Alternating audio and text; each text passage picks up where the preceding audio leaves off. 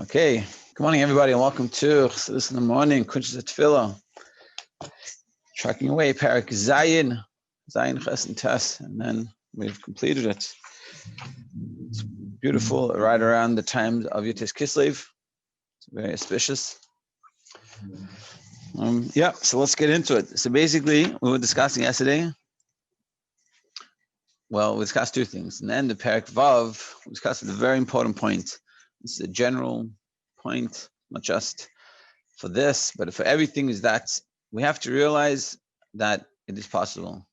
And we can't, the Yetzer Hara doesn't want us to do this, because the Yetzer Hara sees that if we do these things, we do try to learn Chassidus in a real way and connect it with Das, and we try to daven, and we care about davening and learn Torah, so he's going to make his job infinitely more difficult. So we discussed that Alter Rebbe Rashab says, you have a heart and you have a mind, you can do it.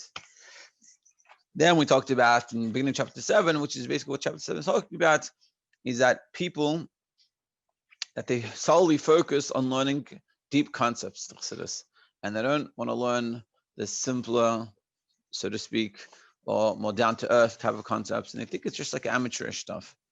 And he's negating it because, not that he's negating learning the deep concepts per se, just he's negating the fact that if you just learn it, that's it. And meaning it shows where you're holding your whole level, your whole understanding of Chassidus is a little bit shaped, it's wrong, it's warped. And that's why you're focusing only on those high esoteric things, where you don't want to focus on the simpler things. It doesn't make any sense why a person would do that. And it must be that that they understand Chassidus is wrong. So on page 72, near the middle, near the end, middle-endish, yeah. Imaginary comprehension. Some individuals labor in vain, not having achieved even an iota of genuine understanding of these topics. And even more of the issue is a person doesn't really understand these topics. They merely imagine that a concept has been grasped, but don't truly comprehend it at all. So they think they understand it. It's like Rabbi Binyamin Walters was saying, how we've come to suffice ourselves with just saying those words and knowing that it's a higher level and a higher level, but we don't really understand what those levels mean. So if a person's learning all these levels above Seder Shtalshalos, which are esoteric, deep concepts, and he's just saying, oh, this level is, oh, that one's higher, or Kesser is higher than Chachma of Atzilus, So he says that he doesn't understand that. For these concepts do not lend themselves to comprehension by the intellective garments, owing to their abstract and spiritual nature. They really transcend comprehension altogether, and they're really very deep, lofty ideas that in truth, it's that there's a certain limit, there's a limitation to what we can understand from them, because they're talking about these levels are way above our understanding, the way our mind works. Their primary understanding depends on the inner bina, and from the subsistion of the soul termed ovna de libna. And so that's where the ability comes from to understand whatever they understand. It's really from bina, ovna de bina, like it says, it's an Aramaic term for havana salev, meaning understanding the heart. That's basically dependent on understanding, meaning the feeling that we produce, when we talked about before, is through coming, and needs to come through the level of bina. Whereas if it's an idea that you can't really understand, you don't have the bina. Bina is when you truly understand something with all its length and breadth, you really grasp the idea. But if you can't grasp the idea, then you can't have that emotional effect. Inevitably, these individuals distort and confuse the subject matter. So therefore, when they're learning it, they totally confuse the whole idea because they can't really understand it. This happens to those possessing strong intellects as well. And it's not just because they have weak minds, they don't have a good head. They can still have a good head and still make this mistake. Why? Because people who possess the native ability to truly understand a concept, top of 74, but all the same get it backwards, aspiring to become self-made intellectuals and to originate novel interpretations of their own. Such individuals are neither devoted nor dedicated to the teaching of the holy forebearers, the Rebbes of blessed memory. So these people are learning it in a way that they're trying to make chidushim and trying to show trying to bring out different points, that it's not like, so to speak, they don't stick to the text. Instead of trying to understand what the text is actually saying, and we're talking about deep concepts that you should really put in effort to understand, but they're learning it in a way that they can try to figure out different chidushim, meaning they have good heads, but they're using it in the wrong way. This would be done by concentrating deeply on their teachings in order to understand the meaning. Instead, as soon as they encounter an idea, they immediately jump to apply the intellectual inventiveness and creative thinking, and to originate novel interpretations. So they jump to make up all these chidushim, like and they try to figure out all these different ways. But you're missing the point. You're missing the point of the learning. You're missing the point of how to understand. Consequently, they are left with nothing but their strange and unauthentic insights. The truth of the matter entirely eludes them. And what the Imam is actually saying is totally gone lost from them. On the contrary, they turn the true meaning completely upside down, interpreting the inner Torah in a manner contradictory to its true intent. Heaven forbid, may God forgive them. So they're learning it totally opposite the way they should, and they're making total mistakes. Meaning when we learn, we're not learning, and this is maybe not necessarily such an issue that I guess that a lot of us have per se, but again, a lot of time we learn these concepts that you could either learn and say, hey, there's nothing to do with me, or this is giving me a better understanding of what he's trying to teach us, what he's trying to show us. And through seeing what he negates, it helps us understand how we're meant to be learning. So simply we're meant to be learning, we're meant to first read it, understand it to the best of our abilities, and try to make sure I understand what is the Rebbe trying to say here. What are we saying? And not try to say, this sounds like what it says somewhere else. It must be that it connects and this, and try to bring this whole connection. You don't need to do that. You just need to come, sit down, read it, translate it, and try to understand what it's saying. And spend the time, once, 2, 3 times, and really say, I really grasp the idea. And what are we trying to say here? What is the Rebbe trying to teach us here? And that's what we're meant to be doing. True comprehension. We must divert and dedicate ourselves with all our souls and minds to the true teaching that our venerable forebears, the Rebbes of blessed memory, have bequeathed to us.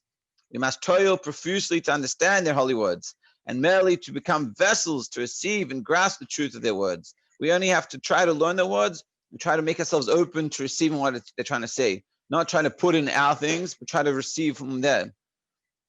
Whereas we're talking about the person before, even that he has a good mind, but what they're trying to do is they're trying to put in their own chidushim into it. Where he's saying, your job is not to put in the chidushim, your job is to sit there and try to understand and make yourself a keli, open yourself up to say, am I truly understanding this? Is there more that I'm missing? What can I be getting? And read the words again and try to see it that way. Through abundant study in a diversity of subjects, and through much exertion, we can then afterwards conceive true insights from their words. May God illuminate our eyes. And he's saying, but in the end, if you put in the effort to understand it well, understand what you're learning, take all this things you're learning and understand them well, and you'll learn a few different types of subjects, so it will come. But it'll be a natural progression. It won't be forced. It won't be, like a forced type of thing. It'll come just natural by itself. But the fact that you learned enough subjects, you say, that's so interesting. 1 second, that's so interesting because I read over there, it says something different. Let me check that up again. And you're looking, this is interesting. And then you think about it, like, maybe, how could I understand this? And that's true. That's the true chiddush, the true novel insight that we can do. But again, you're not doing that. That's not what your focus is. Your focus is to understand.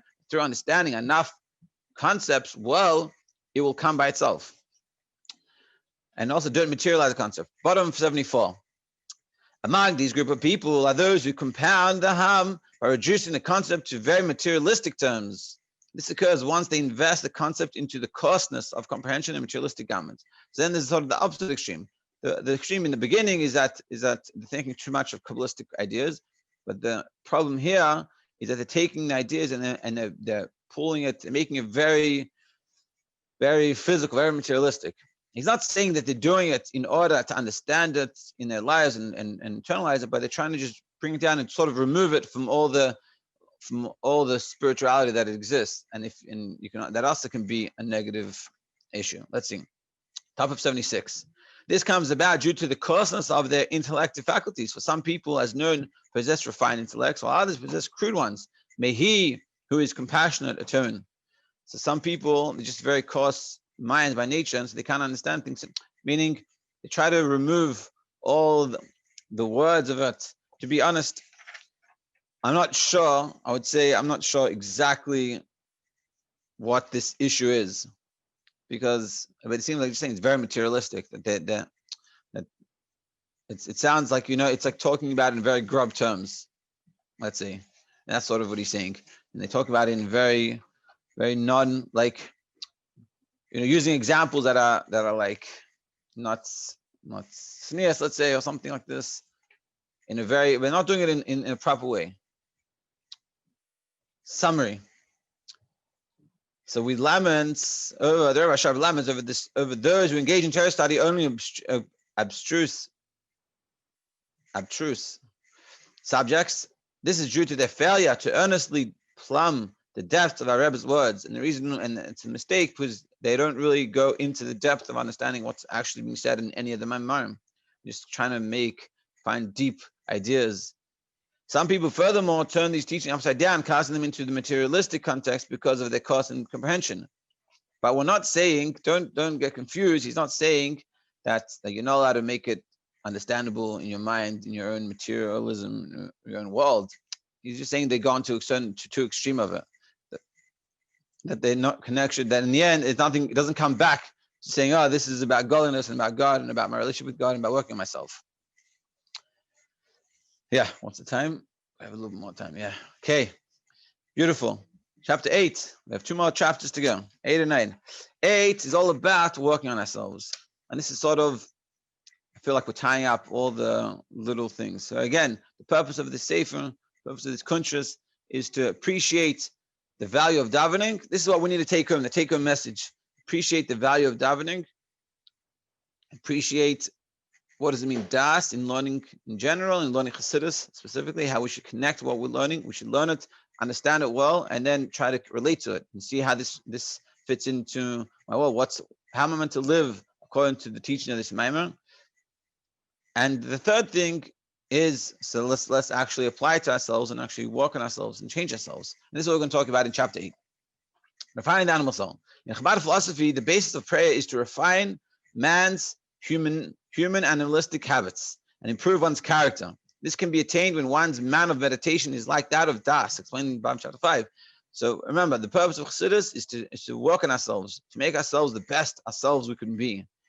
And in order to do that, we have a nefesh of Bahamis, an animalistic soul that's in the way, that he or she is trying to convince us to do things that aren't important, essentially, to our goal while we're here. And our job is to convince it and to work on it and work on our Yetzer Hara to make sure it goes in line with what we want to do and what we want to achieve in our lives. And the key to be able to do that is by learning the Maimah properly, or the Sikha properly, understanding it and connecting to it on an emotional level. Many engage in the study of Chassidus, and yet many study Chassidus as they ought to and possess good intellectual aptitude, yet they minimize their involvement in prayer. Out of laziness, they neglect to exert themselves during their worship. So basically, understand that the Rebbe Rashab, for him, the time to work on ourselves and to think about what I need to be working on is during davening. And you're meant to spend the time daven, and you think about it, and you think what you need to work on, you think about how it works in terms of the Maimah and things like this. Not necessarily we have the time to daven, but the idea is we have to think about what is Maimah saying, how does it relate to me, and how can I relate this to what I live in my life, and how does this fit in, and how can I work according to these teachings of the Maimah to change the way I see the world, or the way I work on the way I see my issue, and how do I work on it. Generally, these individuals pray in a accustomed manner, like the average person. Occasionally, they do meditate during their prayers when their hearts are stirred, but only in a general and abbreviated way that doesn't count as a Veda at all, as discussed above. And as a result, all the efforts in the study of Chassidus is utterly futile, God forbid. So he's saying the problem is they learn Chassidus well, but they don't spend the time afterwards to think about the Chassidus. And meaning there's one level you need to learn. We'll stop here. One level you need to learn the concept, understand what the concept is actually saying. And the second step is to analyze in terms of our lives. And what is this telling me in terms of my life and my situation and what I'm meant to be doing? How am I meant to be living according to this Maimah? What am I meant to change? And what's something, and you can figure it out, you try to figure it out. And let's say the Maimah is talking about working on your Nefesh Bahamis. So you say, when is my Nefesh Bahamis talking? So, you learn the Maimahs, but you have to say, okay, so the Maimah is talking about working on my Nefesh Bahamis. Like Parak test of Tanya, talking about a battle between the Nefesh Bahamis and Nefesh Lakis, is a battle going within me. So I got to sit down and say, I don't have to sit down. We have to spend some time, whether it's while you're going to work or whether you're sitting down or wherever it is you can find, and say, hey, let me find out when my Nefesh Bahamis is talking or my Nefesh Lakis is talking. And think about your day. Or as that happens, you could say, hey, who's talking now? Suddenly you're like, oh, I want to go get some ice cream. Or I want to go watch a movie now. So you have to ask them, hey, who's talking now? And how do I know? Is this my Nefesh Lakis or Nefesh Bahamis? So I have to figure it out. And that's what he's talking about. We have to spend that time to not just, learn a maimah. Oh, the maimah is saying, like it says in Parak Tanya in chapter 10, chapter 9, that there's a battle going on within me, and the Eight Sahara, the Nefesh Bahamis is trying to rule, and the Nefesh Lakis is trying to rule, and this is what's going on. And just close the sefer. But you got to sit there and say, okay, so when is that? Let me see this. Let me analyze myself and my life, and when is one talking, when is the other one talking? And when you do that, everything will change. And that's what he's saying. So they might learn the subjects and learn a lot of Chassidus, but they don't spend that extra important time to connect with it and to understand and to actually apply it into their lives. Everyone should have a great Shabbos, and we'll continue Monday, Mitzvah Hashem.